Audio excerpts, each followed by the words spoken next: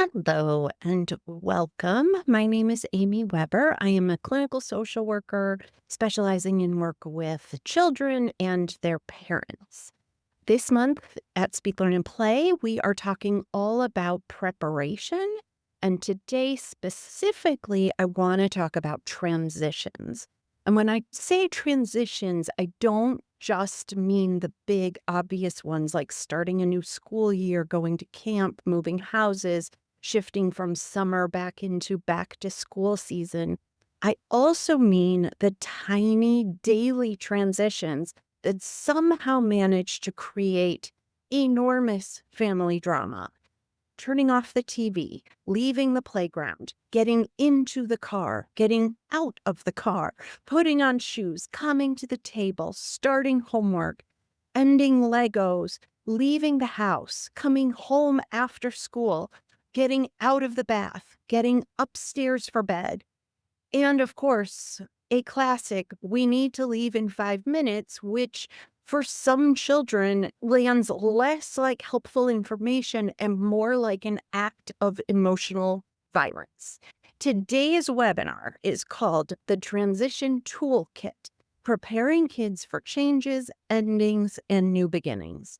And the core message is this: transitions are not just schedule changes. They are emotional, sensory, cognitive, and relational shifts. Neurodivergent kids often need help leaving one world before they can enter the next. And that sentence is super important. They need help leaving one world before they can enter the next. Because from the outside, a transition looks super simple. We are going from the living room to the dinner table. We are going from the house to the car. We're going from school to home. We're going from summer to September. But inside a child's brain and body, that transition may be asking for a lot more than movement. It may be asking them to stop something their brain is deeply engaged in, shift their attention, manage disappointment, tolerate uncertainty, organize their body, process sensory changes, follow directions, remember all the steps, handle demands, leave a preferred activity, start a non-preferred activity, accept that one thing is ending before they feel ready, and then begin again. That is the key teaching point for today. A transition asks a child to stop, shift, organize, regulate, and begin again. And that is a lot of invisible work. And when we understand that, we can stop seeing transition struggles as kids being difficult, dramatic, or oppositional, and start seeing them as kids needing more support for the invisible work. So let's start with why transitions can be so hard. For many neurodivergent kids, attention is not a light switch. It does not simply turn off one thing and turn on another. Attention can feel sticky. If a child is building Legos, playing a game, reading, drawing, watching a show, thinking about something fascinating, their brain may be fully inside that world. So when we say time for dinner, they are not always thinking, wonderful, I shall now move gracefully into the next part of my evening. They may be thinking, I was in the middle of something, my brain is not done, my body is not ready, this is way too fast. Why are you ruining my life and possibly civilization? And then we see resistance. No, wait, I'm almost done. One more minute. You never let me finish anything. I hate dinner. I'm not hungry. Why do we even have to eat? Suddenly, we are in a philosophical debate about the existence of meals. But underneath all of that resistance may be a nervous system that needs help shifting. Transitions can also be hard because they require a lot of executive functioning skills. Executive functioning is the set of skills that helps us manage ourselves across time and tasks. It includes things like planning, shifting, organizing, starting, stopping, remembering, inhibiting impulses, and regulating emotions. So, when a child struggles with transitions, it may not be that they do not care. It may be that the transition is asking for skills that are still developing. A child may know that they need to put on shoes, but still struggle to stop what they are doing, locate the shoes, tolerate the feeling of the socks, remember where they are going, manage the disappointment of leaving, and stay calm while a parent says, "We're going to be late," in a voice that means that everyone is doomed. That is a lot to ask. And when we add sensory processing differences, transitions can become even harder. Leaving the house may mean moving from a familiar, controlled environment into bright light, street noise, car smells, weather, crowded places, unpredictable people, and clothing that sometimes suddenly feels wrong. Coming home after school may mean holding it together all day and then collapsing the second they walk in the door. Starting homework may mean moving from a social, noisy, demanding school day into another demand at the exact moment the child's battery is blinking red. So when kids fall apart during transitions, it is not always about the thing we think it is about. It may not be about the shoes. It may be about stopping. It may not be about dinner. It may be about leaving a preferred mental world. It may not be about the car. It may be about the uncertainty. It may not be about the homework. It may be about depleted capacity. And this brings us to the difference between micro transitions and major transitions. Micro transitions are the small shifts that happen all day long. Wake up, get dressed, come downstairs, eat breakfast, brush teeth, get shoes, leave the house, get in the car, get out of the car, enter school, move from one classroom to another, stop playing, start eating, finish eating, clean up, begin homework, end screen time, start bedtime. All of these tiny transitions can seem minor to adults, but for some children, they are repeated moments of stress. And because they happen so often, families can start to feel like the whole day is made of little battles. Major transitions are the bigger shifts: starting school, ending the school year, beginning summer, returning from vacation, holidays, moving to a new classroom, changing teachers, starting a new therapy type, going to camp, a new sibling being born, parent traveling, divorce or separation, a change in routine. These bigger transitions often come with more uncertainty, more emotion, and less predictability. But here is the important thing: the tools we use for micro transitions can help build the skills kids need for major transitions. When we help a child learn how to end Lego and come to dinner, we are not just solving dinner. We are helping them practice stopping, shifting, tolerating disappointment, and beginning again. When we help a child come home from school with a predictable decompression routine, we are teaching them how to move from one demanding world into another safely. When we prepare them for seasonal transitions, we are helping them understand that endings and beginnings can be supported. So let's talk about some practical tools. The first tool is transition previews. A transition preview simply tells the child what is coming before it happens. In 10 minutes, we'll clean up and go upstairs. After this episode, it will be time for dinner. When the timer beeps, we're going to put our shoes on. First snack, then homework. In 5 minutes, we're leaving the playground. The purpose of all of these previews is not to magically make the child happy about the transition. That would be amazing, but no. The purpose is to give the brain time to prepare.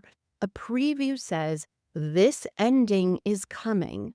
You do not have to be blindsided. For some kids, one warning is enough. For other kids, they may need multiple cues, 10 minutes, 5 minutes, 2 minutes. But here is the catch. Previews work best when they are calm and consistent, not frantic and negotiable. If 5 more minutes usually turns into 25 more minutes and an emotional hostage situation, the preview has lost meaning. That does not mean you have to be harsh. It means that the preview needs to be reliable. The second tool is giving the ending a shape. This is one of my favorite transition tools. Many kids struggle when an ending feels vague. Clean up soon, almost time, we're leaving in a little bit. Those phrases may make sense to us as adults, but for kids who need concrete information, they can feel slippery. Giving the ending a shape means defining what done looks like. Instead of saying, stop playing soon, you might say, one more round, then shoes. Build one more tower, then dinner. Finish this page, then lights out. Choose one more song, then we get out of the car. 2 more slides, then we leave the playground. Put the last 3 pieces on, then Lego rests until tomorrow. This helps because the child can see the edge of the activity. It also honors that they were in the middle of something. For many neurodivergent kids, being abruptly pulled away from something can feel deeply distressing. Giving the ending a shape says, I see that your brain is engaged. We are helping it land. One parent script you can use is, your brain is still in Lego mode. We're helping it move into dinner mode. I love this because it externalizes the transition. Instead of you're being difficult, it becomes your brain is shifting modes and we're going to help it. And you can use this language for anything. Your brain is still in playground mode. We're helping it move into car mode. Your brain is still in screen mode. We're helping it move into bedtime mode. Your brain is still in school mode. We're helping it move into home mode.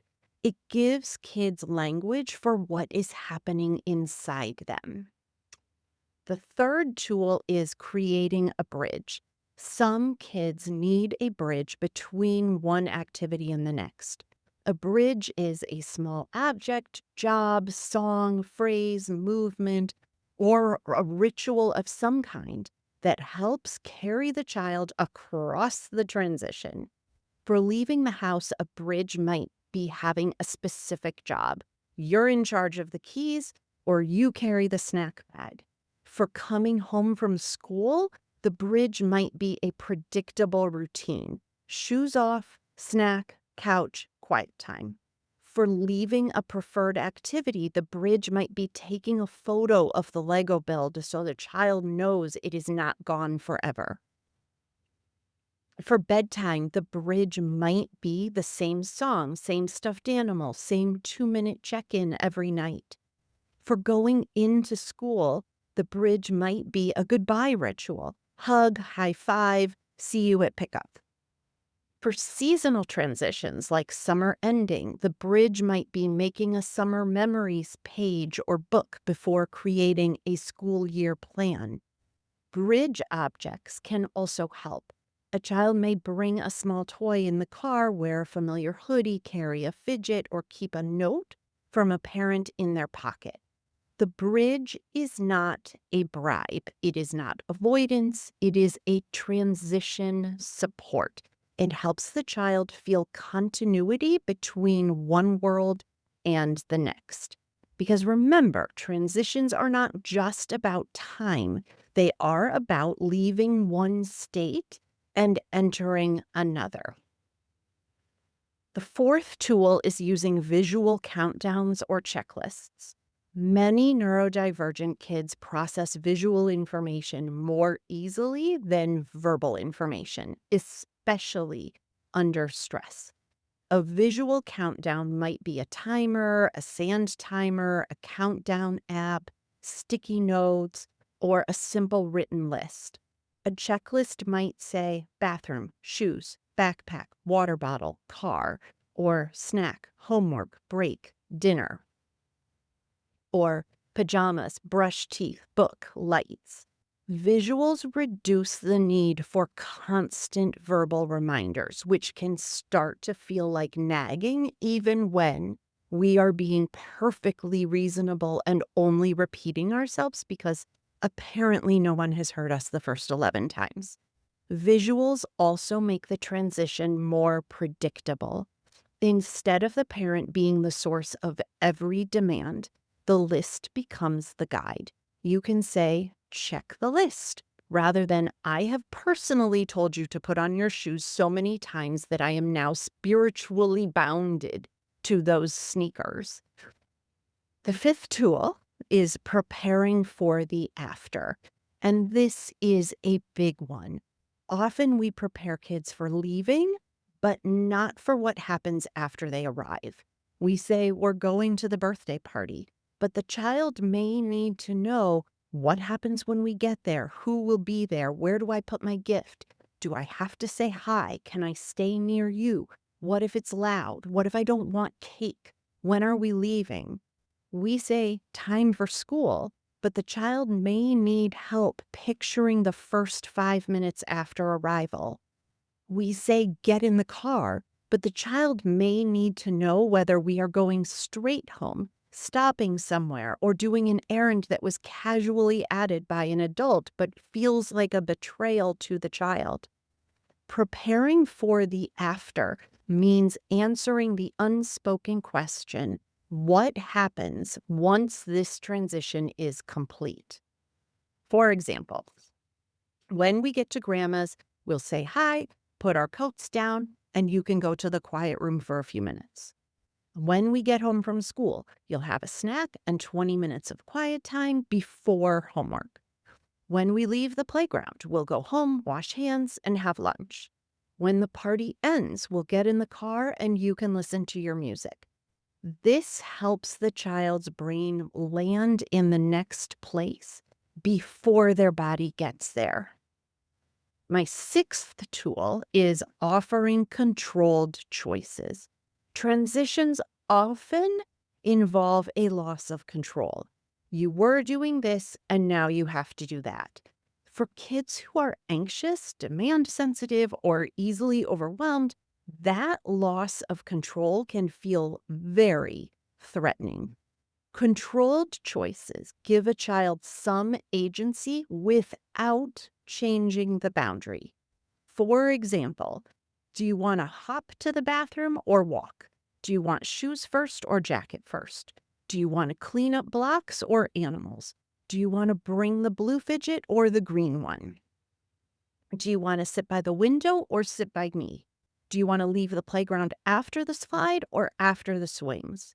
The key is that both choices are acceptable to you. This is not, do you want to leave now? Unless staying is an actual option. The boundary is still clear. The plan is still happening. That brings us to another parent script. Leaving is hard. The plan is still happening. This script does two things at the same time. It validates the feeling and it holds the boundary. And that combination is gold. A lot of us feel pulled toward one side or the other. We either validate so much that the boundary gets a little mushy, or we hold the boundary so firmly that the child feels emotionally dismissed. But kids often need both. You can be upset and still take the next step. That's another powerful script. You can be upset and still put on your shoes. You can be mad and still get in the car. You can be disappointed and still come to the table. You can be anxious and still walk into school. This teaches children that feelings do not have to disappear before action can happen. That is a huge life skill. Now, let's talk briefly about some common transition troubles. Stopping an enjoyable activity is hard because it involves loss. Even if the next thing is fine, the child may be grieving the end of something really great. We can support this by giving warnings, shaping the ending, taking a photo, marking where to restart, or saying your game will be here after dinner. Starting a non-preferred task is really hard because the child has to move towards something their brain may already be resisting. This is where we can lower the starting demand. Just bring your homework to the table. Just open the folder. Just do the first problem with me. Just sit for 2 minutes. Starting is often the hardest part. Make the first step small enough that the child's brain does not see it as climbing Mount Doom. Leaving the house is hard because it is actually a bundle of transitions disguised as one transition. Stop what you're doing, go to the bathroom, find shoes, tolerate socks, get jacket, pack bag, leave preferred space, enter unpredictable world. No wonder it gets messy. A leaving the house checklist can help. So can preparing bags ahead of time, using the same exit routine, and building in more time than you think you need. Because children can sense when we are in a rush, and many respond by moving with the urgency of a sleepy turtle. Returning home after school is another big one. Many kids hold it together all day and then unravel at home. This does not mean that home is the problem. Often it means home is the safe place where the mask comes off. Instead of greeting a dysregulated child with a pile of questions, try a landing routine. Snack, water, quiet, movement. No demands for a bit. You might say, I'm glad you're home. Snack is on the table. You don't have to talk that. That can be much more regulating than, how was your day? Did you finish your math? Why is your lunchbox full? Where's your jacket? All of those are reasonable questions. It's your timing that is terrible. Seasonal transitions also deserve attention. Summer, back to school, holidays, travel, school breaks, schedule changes all disrupt rhythm. Even exciting transitions can be stressful. A child may love the holidays and still melt down because the routine is different, the food is different, the house is louder, people are visiting, and someone moved the couch to fit folding chairs.